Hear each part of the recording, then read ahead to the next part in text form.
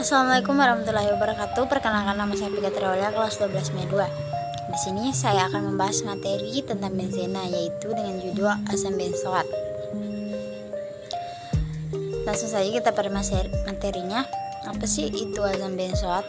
Asam benzoat C7H6O2 adalah padatan kristal berwarna putih dan merupakan asam karboksilat aromatik yang paling sederhana. Nama asam ini berasal dari gum benzoin yang dahulu merupakan satu-satunya sumber asam benzoat. Asam lemah ini beserta garam turunannya digunakan sebagai pengawet makanan. Rumusnya yaitu C7H6O2. Titik leburnya yaitu 122,3 derajat Celcius, sedangkan massa molarnya yaitu 122,12 gram per mol. Kepadatannya yaitu 1,27 gram per cm persegi. Titik didihnya yaitu 249,2 derajat Celcius. Klasifikasinya yaitu senyawa organik.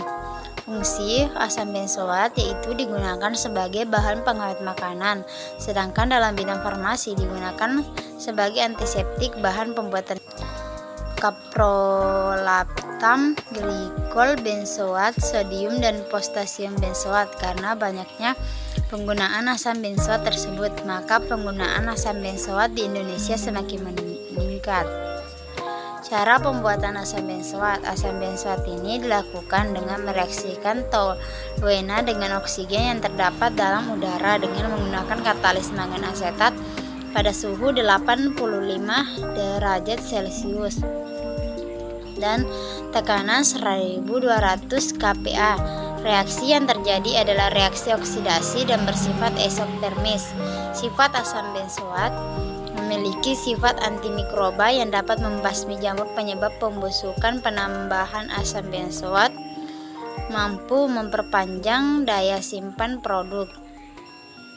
Reaksi dalam produk yaitu makanan natrium benzoat diubah menjadi asam benzoat dengan reaksi sebagai berikut: C6H5COONa tambah H dengan C6H5COOH tambah Na+. Sejarah penemuan asam benzoat atau karboksibenzena.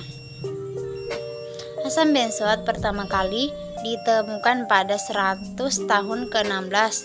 Distilasi kering getah kemenyan pertama kali dideskripsikan oleh Nostradamus 1556 dan berikutnya oleh Alexius P. de Montanus 1560 dan Blaise de Vigenère 1596. Justus von Liebig dan Friedrich Wöhler berhasil menentukan bangunan asam benzoat pada tahun 1832. Mereka juga meneliti bagaimana asam hipurat bertalian dengan asam benzoat. Pada tahun 1875, Salowski menemukan bahwa asam benzoat benar aktivitas anti jamur. Produksi pembuatan secara industri. Asam benzoat diproduksi secara komersial dengan oksidasi parsial toluena dengan oksigen. Proses ini dikatalis oleh kobalt ataupun mangan naftenat. Proses ini menggunakan bahan-bahan baku yang murah, menghasilkan rendemen yang tinggi dan diasumsikan sebagai ramah sekeliling yang terkait.